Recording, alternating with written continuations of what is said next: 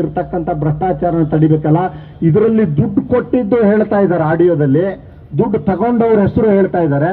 ಇದ್ರ ಮೇಲೆ ತನಿಖೆ ಮಾಡಿ ಅಂತ ನಾವು 2-3 ದಿನದಲ್ಲಿ ವಿಮರ್ಶೆ ಮಾಡಿ ಹೇಳ್ತೀವಿ ಅಂತೇಳಿ SP ವಂಶೀಕೃಷ್ಣ ಅವರು ತಗೊಂಡು ಇವತ್ತಿನವರೆಗೂ ನಮಗೆ ಯಾವುದೇ ಎಂಡಾರ್ಸ್ಮೆಂಟ್ ಕೊಟ್ಟಿಲ್ಲ. ಇಂಥ ಲೋಕಾಯುಕ್ತ ನಮಗೆ ಬೇಕಾ? ಇಂಥ ಲೋಕಾಯುಕ್ತ ಬೇಕಾ ನಮ್ಗೆ?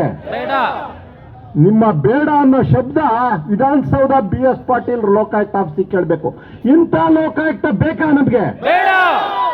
ಇಂಥ ಲೋಕಾಯುಕ್ತ ಬೇಕಾ ನಮ್ಗೆ? ನಮ್ಗೆ ನಮ್ಮ ಜವಾಬ್ದಾರಿ ಏನು ಅಂದ್ರೆ ಲೋಕಾಯುಕ್ತ ಸಂಸ್ಥೆಯನ್ನ ಗಟ್ಟಿಗೊಳಿಸಬೇಕು. ಬಹಳ ಒಳ್ಳೆ ದೊಡ್ಡ ನಿರೀಕ್ಷೆ ಇಟ್ಕೊಂಡು 1984 ರಾಮಕೃಷ್ಣ ಹೆಗಡೆ ಅವರ ಕಾಲದಲ್ಲಿ ಅಂದಿನ ರಾಜಕಾರಣಿಗಳೆಲ್ಲ ಸೇರಿ ಈ ಭ್ರಷ್ಟಾಚಾರದ ಬಗ್ಗೆ ಒಂದು ಸರಿಯಾದ ತನಿಖೆ ಆಗಬೇಕು, ತಪ್ಪಿತಸ್ಥರು ಜೈಲಿಗೆ ಕಳಿಸ್ಬೇಕು ಅಂತೇಳಿ ಅವತ್ತು ಸಂಸ್ಥೆ ತಯಾರು ಮಾಡಿದ್ರು. ಅಂತ ಸಂಸ್ಥೆಗೆ ಎಂತೆಂಥ ವ್ಯಕ್ತಿಗಳು ಬಂದು ಕೂತು ಇಡೀ ಸಂಸ್ಥೆಯ ಘನತೆ, ಗೌರವ, ಗಂಭೀರತೆಯನ್ನ ಹಾಳು ಮಾಡ್ತಾ ಇದ್ದಾರೆ. ಅದಕ್ಕೋಸ್ಕರ ನಮ್ಮ ಹೋರಾಟ. ಲೋಕಾಯುಕ್ತ ಸಂಸ್ಥೆ ಉಳಿಸಿ, ಲೋಕಾಯುಕ್ತ ಸಂಸ್ಥೆ ಉಳಿಸಿ, ಭ್ರಷ್ಟಾಚಾರ ಲೋಕಾಯುಕ್ತ ಸಂಸ್ಥೆ ಉಳಿಸಿ, ಭ್ರಷ್ಟಾಚಾರ ತೊಲಗಿಸಿ. ಅದು ಇನ್ನೂ ಒಂದು ಅಪಹಾಸ್ಯ ಏನು ಅಂತಂದ್ರೆ ಲೋಕಾಯುಕ್ತದ ಒಳಗಡೆ ಭ್ರಷ್ಟಾಚಾರ ಇದೆ, ಇಡೀ ಇಲಾಖೆಯಲ್ಲೇ ಭ್ರಷ್ಟಾಚಾರ ಇದೆ. ಇದನ್ನ ಯಾವ ರೀತಿ ನಾವು ತನಿಖೆ ಮಾಡಿಸ್ಬೇಕು ಅಂದ್ರೆ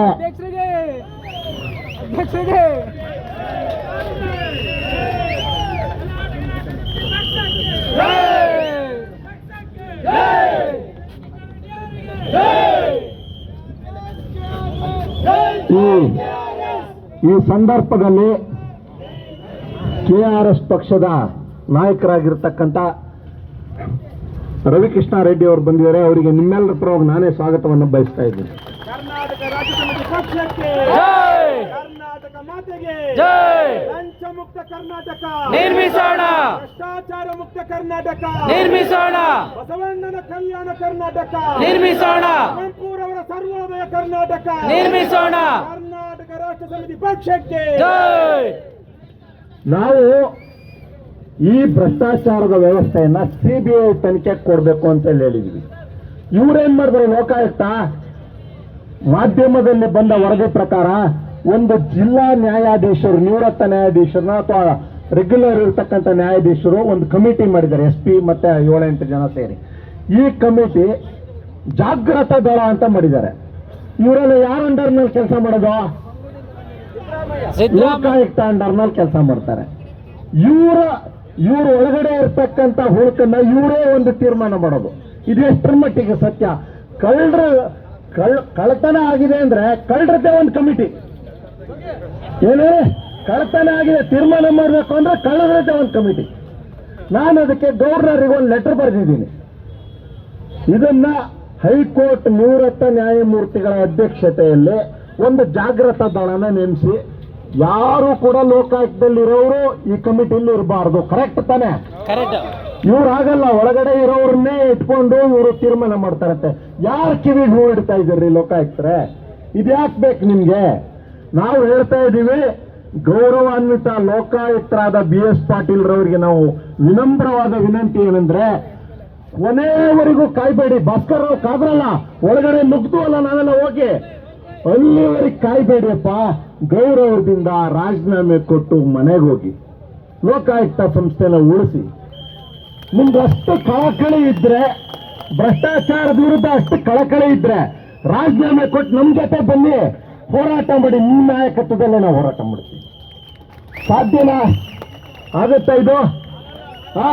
ಅದಕ್ಕೆ ನಾವು ಹೇಳ್ತಾ ಇರೋದು, ಈ ತನಿಖೆಯನ್ನ CBIಗೆ ಕೊಡಬೇಕು. ಯಾವುದೇ ಕಾರಣಕ್ಕೂ ಇದು ನ್ಯಾಯ ಸಿಗೋದಿಲ್ಲ. 2023 ಎಲೆಕ್ಷನ್ ಆಯ್ತು, ಕಂಠೀರವ ಸ್ಟೇಡಿಯಂ ಅಲ್ಲಿ ಸಿದ್ದರಾಮಯ್ಯ, DK ಶಿವಕುಮಾರ್ ಪ್ರಮಾಣ ವಚನ ತಗೊಂಡ್ರು ಮಧ್ಯಾಹ್ನ 2 ಗಂಟೆಗೆ. ನಾನು 3 ಗಂಟೆಗೆ ಹೋಗಿ ವಿಧಾನಸೌಧಕ್ಕೆ, ಸ್ವಾಮಿ ನೀವು ಹೊಸದಾಗಿ ಬಂದಿದ್ದೀರಾ, ಭ್ರಷ್ಟಾಚಾರ ತಾಂಡವಾಡ್ತಾ ಇದೆ ಲೋಕಾಯುಕ್ತದಲ್ಲಿ, ಆ BS ಪಾಟೀಲ್ ಅವ್ರನ್ನ ರಾಜೀನಾಮೆಗೆ ಕೊಡಕ್ಕೆ ಹೇಳಿ, ಇಲ್ಲ ನೀವು ಅವರಿಗೆ ಒಂದು ಸೂಚನೆ ಕೊಡಿ. ಗವರ್ನರಿಗೆ ಬರೆದ್ವಿ, ಉತ್ತರ ಇಲ್ಲ. ರಾಜ್ಯಪಾಲರಿಗೆ ಬರೆದ್ವಿ, ಉತ್ತರ ಇಲ್ಲ. ಚೀಫ್ ಜಸ್ಟಿಸ್ ಆಫ್ ಇಂಡಿಯಾಗೆ ಬರೆದ್ವಿ, ಉತ್ತರ ಇಲ್ಲ.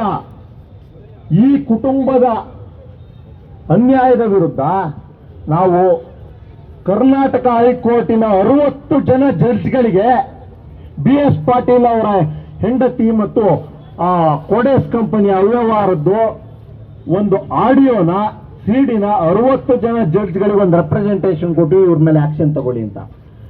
1 ವರ್ಷ, 1.5 ವರ್ಷ, 2 ವರ್ಷ ಆದ್ರೂ ಯಾವುದೇ ಒಂದು ಇದು ತಗೊಳ್ಳಿಲ್ಲ. ಒಂದು ಪಬ್ಲಿಕ್ ಇಂಟ್ರೆಸ್ಟ್ ತಗೋಬೋದಿತ್ತು ಸುಮ್ಮೋಟೋ ನಮ್ಮ ಲೆಟರ್ ಮೇಲೆ, ಅದು ತಗೊಳ್ಳಿಲ್ಲ.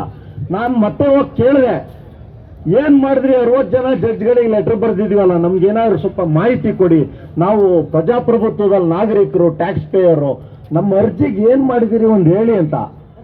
ಅವರು chief justice file 8 ಏನೇಳಿ 2 word file 8 ಒಂದು ಆರ್ಡರ್ ಶೀಟ್ ಅಲ್ಲಿ ಫೈಲ್ 8 ಅಂತ ಬರೆದು ಕಳಿಸಿದ್ದಾರೆ. ಸ್ವಾಮಿ, ಇದೆಂತ ನ್ಯಾಯಾಂಗದ ವ್ಯವಸ್ಥೆಯಲ್ಲಿ ನಾವಿದ್ದೀವಿ.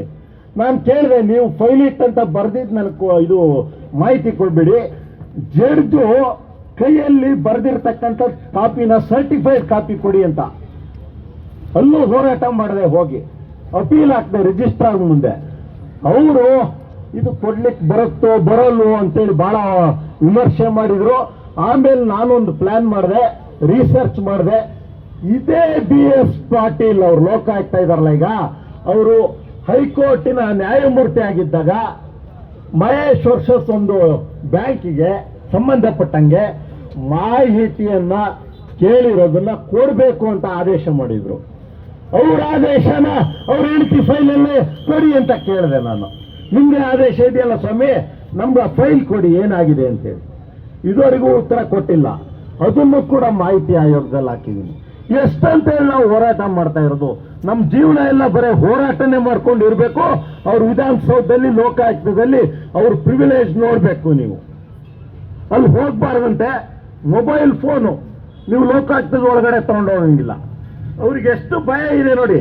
ಲೋಕಾಯುಕ್ತದೊಳಗಡೆ ಅವರು ಮೊಬೈಲ್ ಫೋನ್ ತಗೊಂಡೋದ್ರೆ ನಮ್ಮ ಮೊಬೈಲ್ ಫೋನ್ ಇಟ್ಕೋತಾರ. ಅವರು ಇಟ್ಕೊಂಡ್ಬಿಟ್ಟು ನಾನು ಕೇಳಿದೆ, ಆದೇಶ ಮಾಡಿ ಮೊಬೈಲ್ ಫೋನ್ ಒಳಗಡೆ ತಗೊಂಡೋಗಕ್ಕಾಗಲ್ಲ ಅಂತ. ಅದಕ್ಕೆ ಯಾವುದೇ ರೀತಿಯ ಆದೇಶ ಇಲ್ಲ. ಆದ್ರೆ ಇವತ್ತು ಕೂಡ ಲೋಕಾಯುಕ್ತ ಕಚೇರಿಗೆ ಹೋದವ್ರಿಗೆ ಗೊತ್ತಾಗುತ್ತೆ, ನಿಮ್ಮ ಮೊಬೈಲ್ 35,000, 60,000, 70,000 ಅಲ್ಲೆಲ್ಲ ಡಬ್ಬದಲ್ಲಿ ಹಾಕೋಬೇಕ್ರಿ. ಎಂಥ ಪರಿಸ್ಥಿತಿ ನೋಡಿ. ಹಾಗಾಗಿ ಇಡೀ ಲೋಕಾಯುಕ್ತ ಸಂಸ್ಥೆಯ ವಿರುದ್ಧ ನಾವು ಹೋರಾಟ ಮಾಡ್ತಾ ಇಲ್ಲ. ಲೋಕಾಯುಕ್ತದ ಒಳಗಡೆ ಇರೋ ವ್ಯಕ್ತಿಗಳ ಭ್ರಷ್ಟಾಚಾರದ ವಿರುದ್ಧ ಹೋರಾಟ ಮಾಡ್ತಾ ಇದ್ವಿ. ಲೋಕಾಯುಕ್ತನ ಇನ್ ಮುಂದೆ ಗಟ್ಟಿಗೊಳಿಸ್ಬೇಕು. ಲೋಕಾಯುಕ್ತ ಇನ್ನಷ್ಟು ಬಲಿಷ್ಠ ಆಗಬೇಕು. ಅಲ್ಲಿರ್ತಕ್ಕಂಥ ಭ್ರಷ್ಟಾಚಾರಿಗಳು ಲೋಕಾಯುಕ್ತದಿಂದ ಹೋಗ್ಬೇಕು. ಈಗಿರ್ತಕ್ಕಂಥ ವ್ಯವಸ್ಥೆಯಲ್ಲಿ ಇದನ್ನ CBI ತನಿಖೆ ಕೊಡಬೇಕು ಅಂತ ಹೇಳಿ ನಾವು ನೀವೆಲ್ಲ ಒಟ್ಟಾಗಿ ಒಂದು ಹೋರಾಟ ಮಾಡಿದ್ದೀವಿ. ಹೋರಾಟಕ್ಕೆ ಅತ್ಯಂತ ಯಶಸ್ವಿಯಾಗಲಿ. ಮತ್ತೆ ನನಗೆ ಇಲ್ಲಿ ಕರೆದು ಒಂದೆರಡು ಮಾತಾಡ್ಲಿಕ್ಕೆ ಅವಕಾಶ ಮಾಡಿಕೊಟ್ಟ ತಮ್ಮೆಲ್ಲರಿಗೂ ವಂದಿಸುತ್ತಾ, ಲೋಕಾಯುಕ್ತ ಬಚಾವೋ, ಲೋಕಾಯುಕ್ತ ಬಚಾವೋ, ಕರ್ನಾಟಕ ಬಚಾವೋ, ಭ್ರಷ್ಟ ಕಾಂಗ್ರೆಸ್ ಸರ್ಕಾರ, ಭ್ರಷ್ಟ ಕಾಂಗ್ರೆಸ್ ಸರ್ಕಾರ ತೊಲಗಲಿ ತೊಲಗಲಿ, ಸಿದ್ದರಾಮಯ್ಯ ಹಟಾವೋ ಕರ್ನಾಟಕ ಬಚಾವೋ, ಸಿದ್ದರಾಮಯ್ಯ ಹಟಾವೋ ಕರ್ನಾಟಕ ಬಚಾವೋ, BS ಪಾಟೀಲ್ ಹಟಾವೋ ಲೋಕಾಯುಕ್ತ ಬಚಾವೋ. Thank you.